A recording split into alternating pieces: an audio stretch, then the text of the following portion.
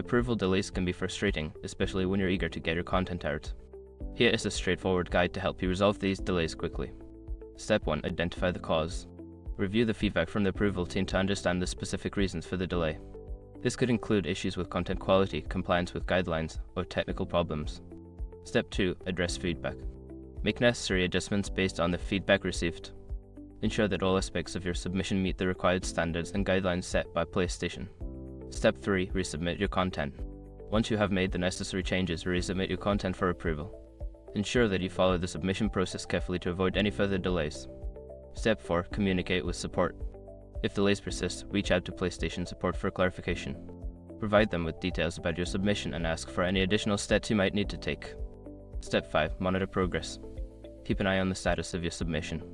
Regularly check for updates and be proactive in following up if you notice that the approval process is taking longer than expected.